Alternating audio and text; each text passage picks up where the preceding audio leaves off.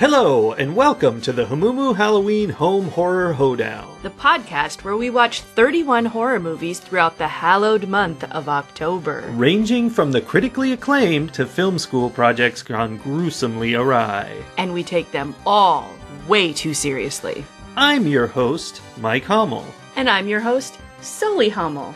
Now warning, we use a ghoulish number of spoilers, so watch the movies first. Second warning, we don't know anything about anything, so don't take us seriously while we take these movies seriously. Ahora vamos a hablar de la película Deadtectives. Deadtectives, yes.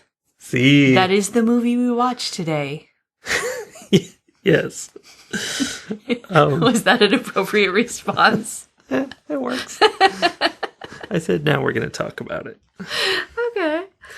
Yeah, so Deadtectives is a movie about a team of ghost hunters, and I know how much you love teams of ghost hunters. Yeah, I mean, that's fun. Usually it involves found footage. It did not do that here. I kind of thought it was going to be found footage. I was disappointed for you when it wasn't. Thank you. I appreciate Not so much your for myself. It's very helpful. So these ghost hunters are obviously frauds. They're Yes. faking. They are. And they're about to lose their show because their ratings are going down. So they are sent to this haunted house in Mexico where they learn, spoilers everyone, they learn that while they have been frauds and faking, ghosts are actually real. Yeah, they learned the hard way. Yeah. So fundamentally, the main question here is, did we just watch a horror comedy or a comedy? I thought you were going to ask if we watched a horror comedy or a comedy horror. Well, I was going to say... Was it funk rock? Funk rock? Or funk rock? No. The question, I guess the question is it horror comedy or is it comedy about horror? For about the first half of it, I was convinced we were just watching a comedy about horror because there wasn't any horror and it was being very clear that the supernatural did not exist. That's true. And then the supernatural did exist. Does that make it horror? I think so. I don't know. So the definition of horror is so Yes. vague, and it shifts from person to person and from, I mean, even within myself, like one day I'll be like, this is horror. And another day I know I would think it wasn't. Like it sort of depends on the mood. Yeah. Well, this did not have a horrific mood. No, it had the elements like there were supernatural beings. There was death and gore and jump scares. And I mean, I don't know. If this doesn't count as horror, then that makes me question some of the things that I have previously said were horror because they had those same things. Yeah, I suppose One Cut of the Dead definitely had a lot more gore than this movie. This is very mild gore level, but it was kind of the same in the sense that, you know, it was all silly except that occasionally someone would get decapitated, which did not happen in this movie, but disembowelment did. So, I don't know. Very light horror. But in What Cut of the Dead, there was no supernatural. No, there doesn't have to be for horror. There's horror with serial killers. But there was no actual serial killer either. It was entirely fake, right? So are you saying it's a comedy about horror? I mean, I'm sort of retconning my opinion on One Cut of the Dead. Well, here's the thing with that, though, is you were misled about that for a while. Yeah. We're spoiling the wrong movie. So here's what I'm trying to say. It's so hard to pin down a definition because, like, today, I want to defend this as being horror because it turned out that the horror and the supernatural was real. But then that makes it, like, I can't apply that same rule to, like, One Cut of the Dead because the horror and the supernatural weren't real. But in that case, I was like, oh, but it was so believable for so long that even though it turned out it wasn't real, but then that makes this one not horror. So what do you do? You gotta go with your gut. What's your gut say on this one? My gut says horror. Because I feel like saying this isn't horror would make me have to undo my opinion about multiple other movies that we've seen in the past. Whereas saying this is horror doesn't change my opinion about anything. Okay, we'll be inclusive. We will tag this one horror. Okay. I'm participating in a short fiction horror contest right now. Uh-huh. And there were like lots and like hundreds of people submitted their 500 words for horror stories. And I've been part of the, it's one of those things where just the general population can go in and read them and make notes. Yeah. And one of the things that I've noticed is that literally every one of them has somebody commenting and saying, well, but this isn't really horror. Like, uh-huh. And it doesn't even matter. Like, some really, really almost offensively gory, like really terrible stories. People have been like, but this isn't really horror because the horror is just in here, or the grossness is just here for the gross out factor or the shock factor. Like, well, yeah, exactly. Like, okay, but why else would it be there? But it's that thing too. Like, what is horrific is such a subjective personal thing that I'm not sure you can pin it down. I think much like porn, you recognize it when you see it. And other people disagree with it. Exactly. I don't know. So that was my very long-winded answer. What do you think? Well, it's the tone. This feels super comedy. We should probably say something about this movie. It's super fast and frenetic, and I actually wrote down, it's Noises Off again, but in a different way. Like, it doesn't have the plot of a Noises Off kind of story, but it's that same kind of madcap, slapstick, frantic, people pumping in and out, talking over each other. Ooh, and one thing that it definitely had, and I guess One Cut of the Dead had this too, but it jumps from perspective to perspective. Like sometimes you are seeing a scene from the living characters, and then sometimes you're seeing the scene from the dead characters. And that added to that Noises Off piece where, like, as the audience, you never quite know what's going on because you're never sure, like, whose eyes am I looking through until it, gets clarified. So that's very comedy feel. And One Cut of the Dead, I mean, definitely the first 30 minutes of it is a very horror feel. Mm-hmm. And in fact, it even feels like it's twisting from one horror to a different horror, which is so fun. But anyway, and then it goes to straight up crazy comedy, like a sitcom for a long time. Right. So, whatever. This has a very comedic tone, but I've decided to listen to the audience of you and say that this is validly a horror comedy. Very comedy, though. Yes. So when I try to decide about horror, sometimes what I think about is my friends, many of whom listen to this podcast, who don't really like watching horror, but they like thinking about it or like talking about it. And so then I wonder, okay, well, could they watch this? And with One Cut of the Dead, I thought, the beginning might be too much. Like, it would be too gory, too scary, and they wouldn't be able to get to the funny part. And now this one, I'm like, okay, it's funny, but I don't know. There are some jump scares. There's like fake. I mean, if it's true, not for us, but for people who don't watch horror and aren't like immune to those more basic horror elements. And I do think that this might also be a difficult movie for them to watch because it starts out as funny and they'd be like, oh, this is okay. And then ghosts start popping out of mirrors and stuff. And that would be difficult. Well, you know what the question they have to ask themselves? The question B, is you ready? I was not ready for that grammar, I'll tell you that.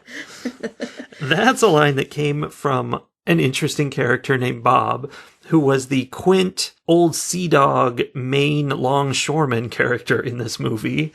With this movie that had nothing to do with any of those things. Yeah, he was just like, "Arr, I'll be doing your special effects today," as they say. He was also a coke fiend. Yeah, and he was their special effects guy. That's why he said that. He was scarier alive than he was dead, because as soon as he died, he went into the light. Like, he's like, oh, my daughter's there, and he just left, and that was it. He was gone. I mean, that resolved his issues that drove him to be the coke addled weirdo guy. I guess. He was like, oh, finally, because I'm in my head, this is the story, is that, his daughter died unexpectedly and he's been broken ever since. Quite possibly in whatever event took his eye and left a scar across his face. Yes, definitely. Yeah. Which he didn't have when he was dead. Oh, yeah. Mm-hmm. Okay.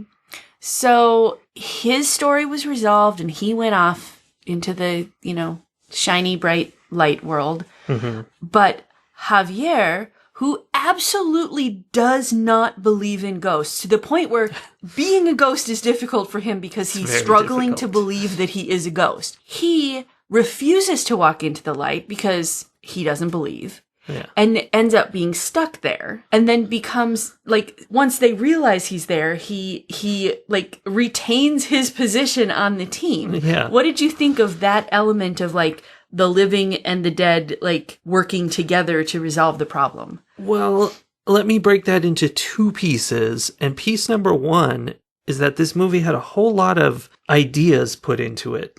You wouldn't expect for a screwball, goofy comedy about ghost hunters that they actually worked out their own metaphysical system for how ghosts are going to work in this story. And, they worked it out and it's a part of the plot. All the different ways that the ghosts work are important to how this plays out. And I think a lot of ghost stories do that, but they lack that internal consistency, that logic behind it. They don't stick to it. And yeah, this movie did a nice job of sticking to that internal logic. I mean, it's always a tricky thing when you're making a comedy. You want to be light and silly, and so you get bogged down in these kind of details. It's very dangerous. It makes your movie drag, and they didn't do that. They were still light and silly, but they really actually thought these things out. Whereas in most comedy type things, they would just mess around with their rules and just throw them out willy-nilly. Right. Do whatever is going to get the laugh. Yeah. Regardless. So in that sense, that was fun and interesting to see this whole movie that was kind of exploring those rules rather than being a silly comedy. And on the other side of that issue is that in order to do that, they had all this crazy technology, which was ridiculous. Oh, the glasses, the night vision, ghost vision goggles. Ghost goggles. And then the thing, I've seen this before in other movies where it's something Hollywood does. They make this mistake that a tool that detects something in Hollywood means that tool can do that something. Like a Geiger counter could cause earthquakes in a Hollywood movie. I've never seen that, but that fits this trope, which I've seen many times. So give me an example from this movie. In this movie, his EMF meter, which is supposed to detect ghosts, first of all, it's not a real EMF meter. It's a thing that he pushes a button on to make an EMF meter noise. He made modifications. I know. So he modifies it so it actually detects ghosts, which in itself is ridiculous because that would be a completely different device. But anyway, it detects ghosts. And then, because it detects ghosts, he can also touch it on a door that a ghost has locked to bust the door open. He can tap a ghost with it to make them poof. He made modifications. Exactly. I mean, he said that many times. That's true. However, that is the Hollywood mistake. The idea that the tool that detects something somehow is capable of that thing. It wouldn't be modifications of an EMF meter. It would be I took a toaster and transformed it so that it can zap ghosts. That makes more sense than the EMF meter because it's just a change from something. So basically what you're saying is that the tool that Lloyd is carrying around would be perfectly acceptable in Alton Brown's kitchen. Absolutely. It has multiple uses, which is great. And I appreciate that. Yes. But that over-the-top crazy technology in this movie, that kind of takes me out of it a little. Although less so at the very end when they straight up become Ghostbusters. And I'm like, oh, I get it. They're Ghostbusters. They have an assortment of ghost technology. Yes.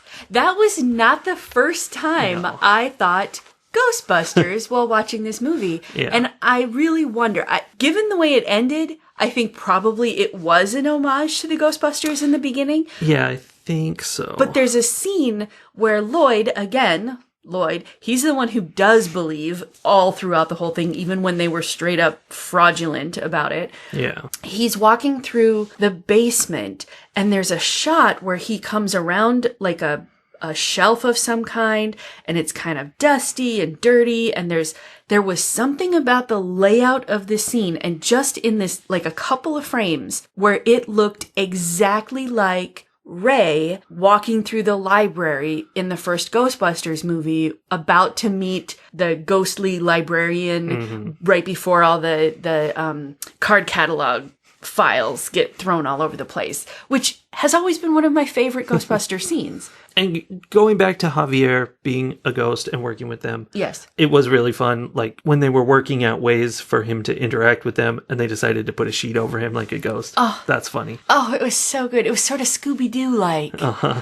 Except that it was really a ghost and not just an old man, whatever, underneath the sheet. Yeah. Yes. And then I liked the callback of when he was alive, Javier was super offended when they wanted him to translate the Spanish when they first got down there to the haunted house. And he's like, oh, great, how racist, just whatever. Which is a weird problem to have. I mean, it wasn't just that he was of Mexican descent. Like, he actually lived in Mexico and had escaped there. He did speak Spanish. Like, there was lots of reason for them to assume he could translate for them, and he just was being a jerk about it and refusing.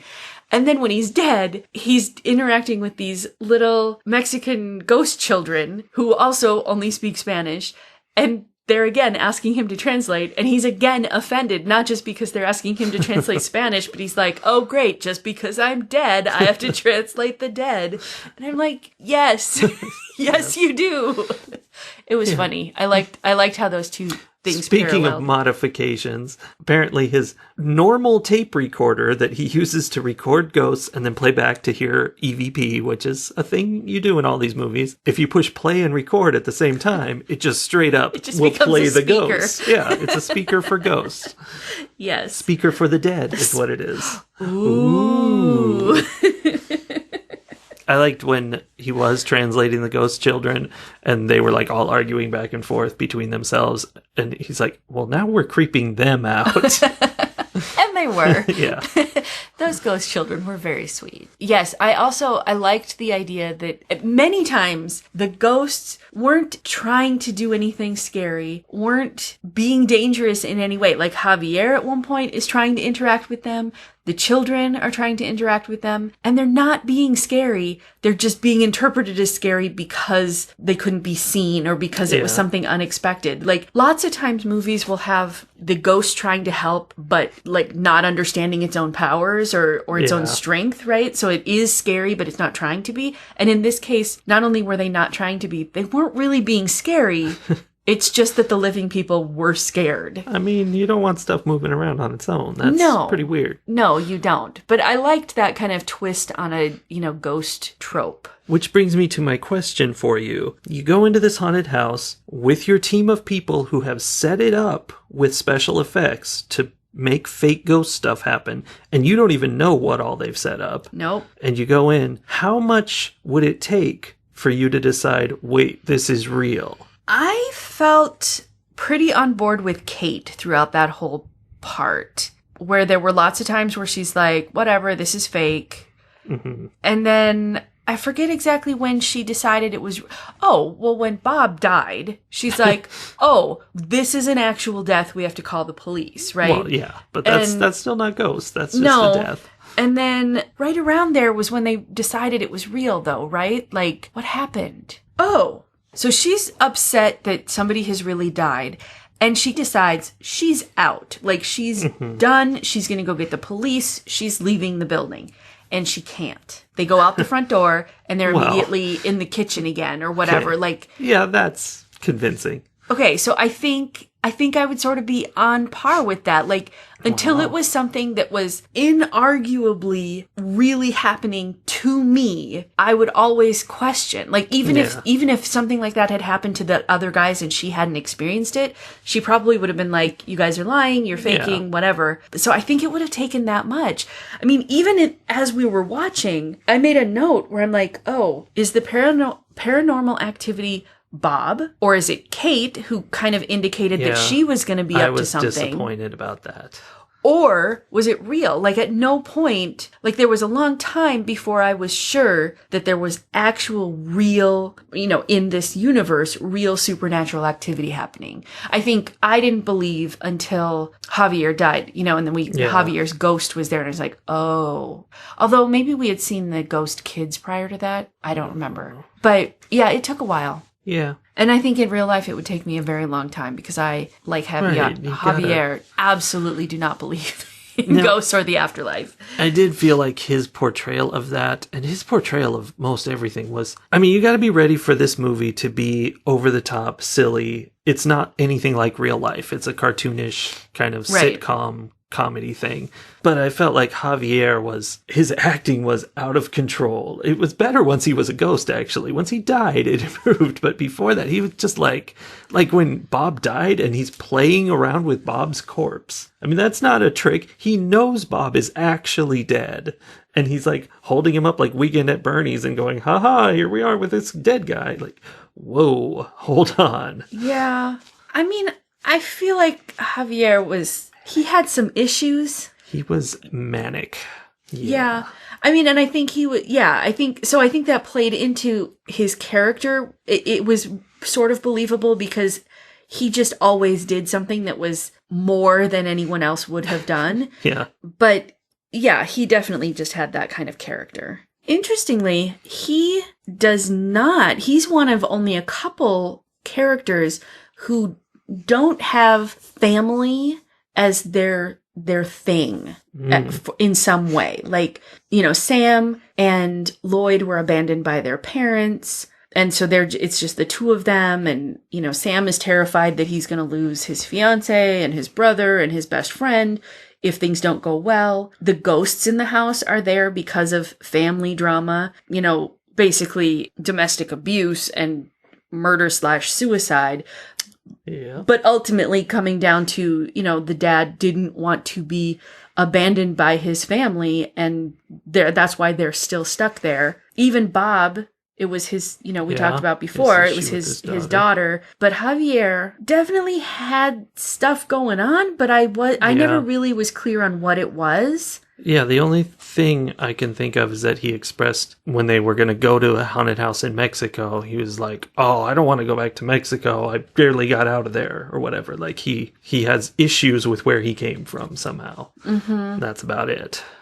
He definitely comes across as the kind of person who is hard to be around and maybe made some choices or behaved in ways that makes people like cut themselves off from him, like isolate him. So maybe he was feeling some of that same, I can't lose my found family in this team. They mentioned that a couple of times. But yeah, I don't know exactly what it was.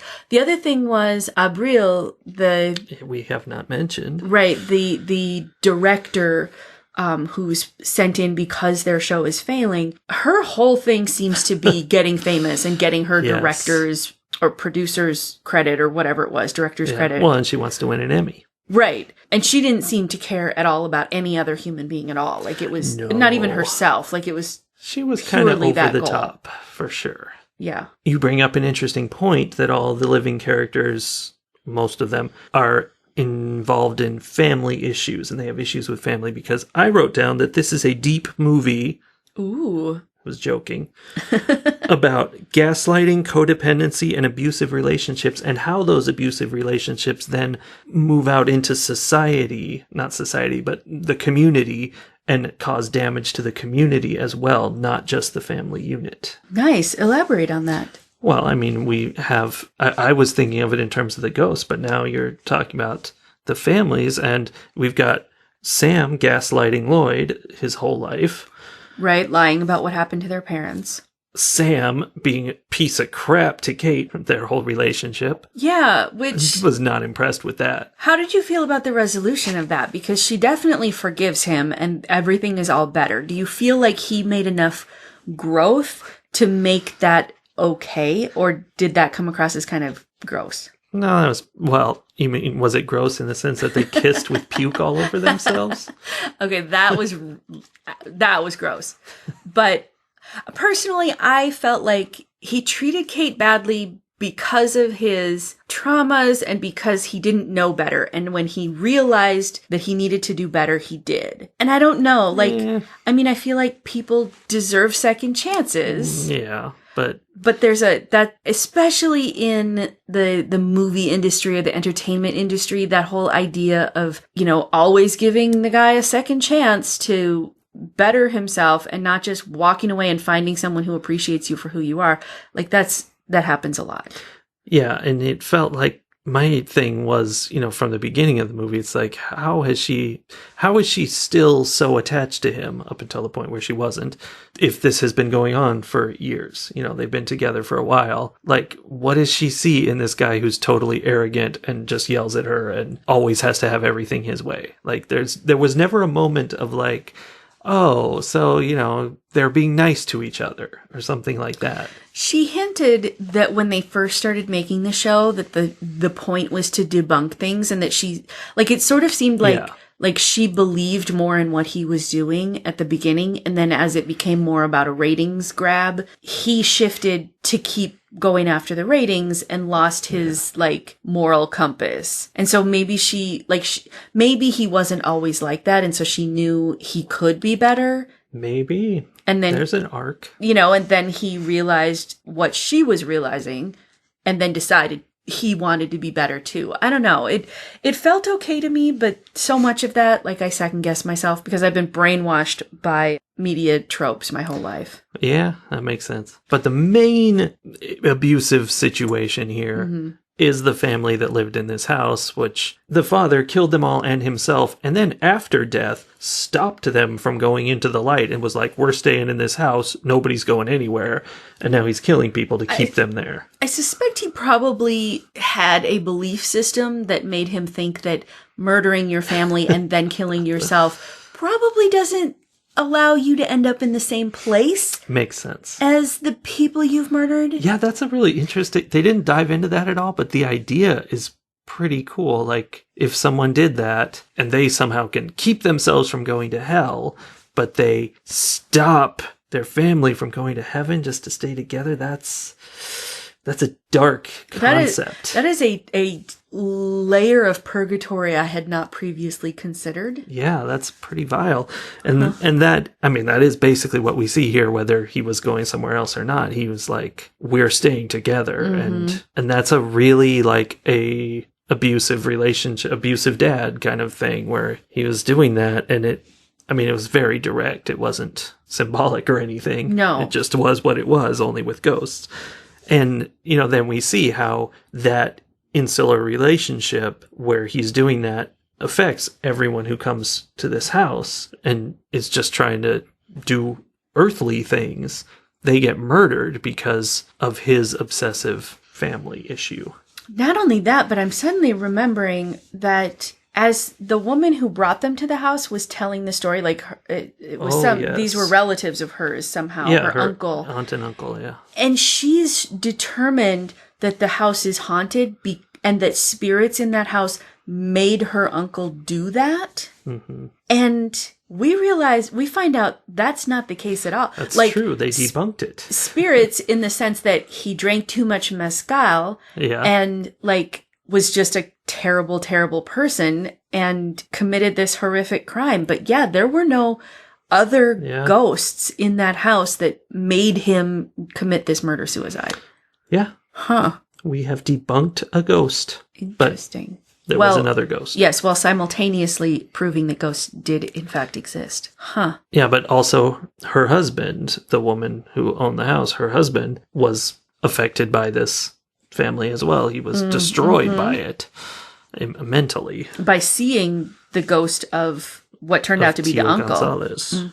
We talked, when Amy was here talking about the orphanage, we talked about the power of belief. Yes. And that comes up again in this movie because that's part of Javier's issues, is that like there are ghostly skills, I guess, for lack of a better word, that are beyond him, you know, out beyond his reach, because he can't believe that he could do them. Like he's still so trapped in his like corporeal rules that like he can't go through doors and he's blocked by physical things. Which I believe is the plot of Ghost also. Except in that case, he couldn't move things physically, and Javier has no problem. He just pick up anything. It's the exact opposite. But I sort of felt for Javier, like I wasn't overly fond of his character. He's definitely the kind of person where in real life I'd be like, no, thank you. But I kind of felt for him at the end when he decides to believe in himself and he's able to escape from the whatever sawhorse or whatever that was holding him back. But then he fails. Like he's like, oh, okay, I'm going to defeat this bad guy now. And then, is just like, whatever. Yeah, very quickly fails. And he says, but I believed. And it was a little heartbreaking. I can see that. Yeah. His thing at the very end of the movie, they have like a flash forward of the sequel to this movie, basically. Mm-hmm. And I was really disappointed. I thought, this is unfair. What I was looking for would have been bad for their character development, but I thought they were going to still do fake ghost shows, but have Javier there to physically, pick things up and throw them around and be like, our special effects are awesome now. Right.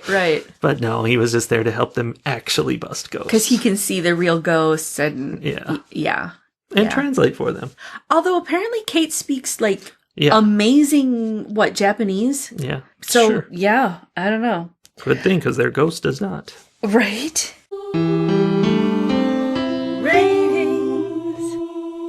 Remember when we watched Anna and we thought that the editing was not good? We did think that. This movie has really good editing.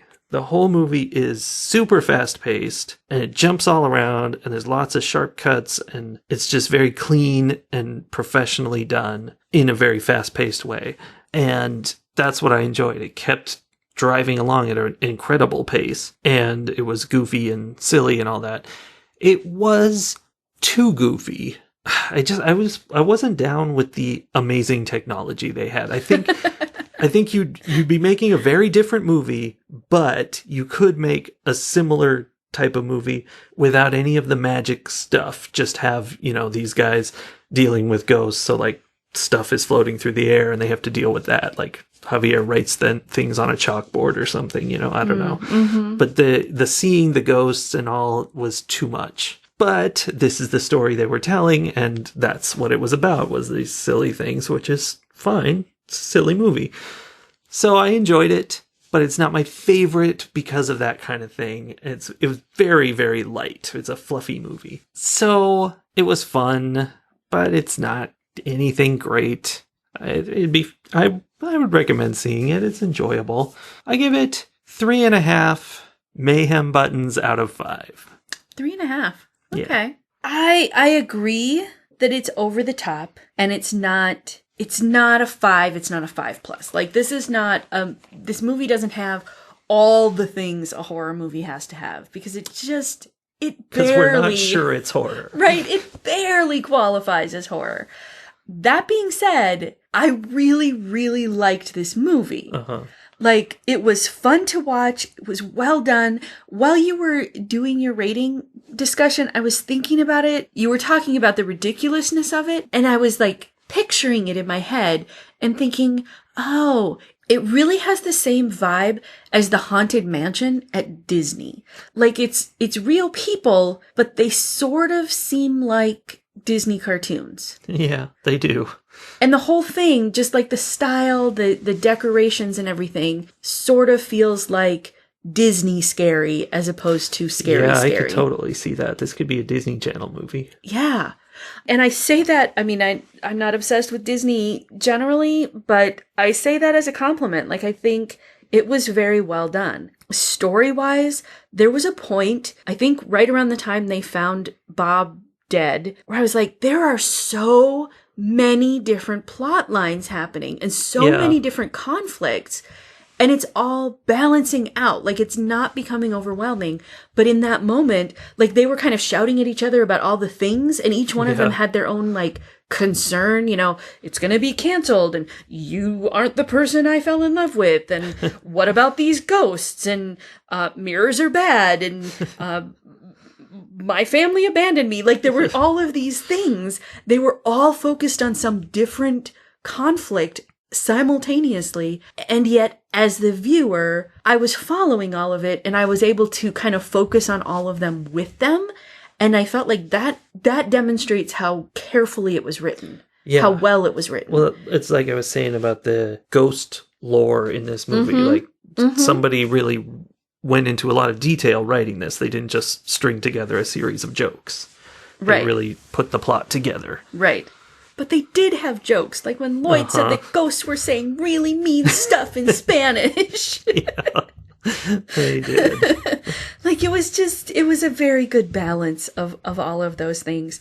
So I am going to go ahead and give it 4.5 mayhem buttons out of 5 because it was close to ideal for me in terms of a movie, but it just, like, in terms of a horror movie, it just wasn't quite horrific. Not quite. It was adorably horrific. Yeah. You know, you're making me want to raise my rating, but I know that once the mayhem button is pressed, once it is pressed, it is over. Right. Cannot unpress that button. No, it's all mayhem. All right. Well, that's that for this movie. I will see you back here again tomorrow with another one. I will too. I will see you.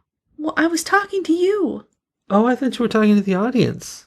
You can't see them. Let's talk to the audience. Okay. Bye. Bye. We'll see you. Well, we won't. We won't see you. You won't. You'll hear us. We'll talk at you again tomorrow. Enjoy.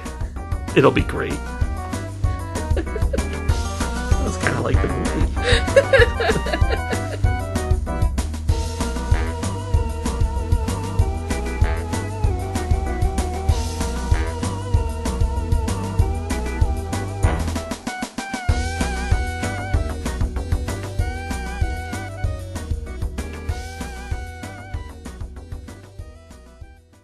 I like that you looked at that and thought it said it was a hamburger with mayhem butter underneath it, and then you nodded like, yeah, that makes sense. No, that'd be good. It's like butter and sriracha cooked into the bun. Mayhem butter. Mayhem butter. This podcast now doubles as a cooking show.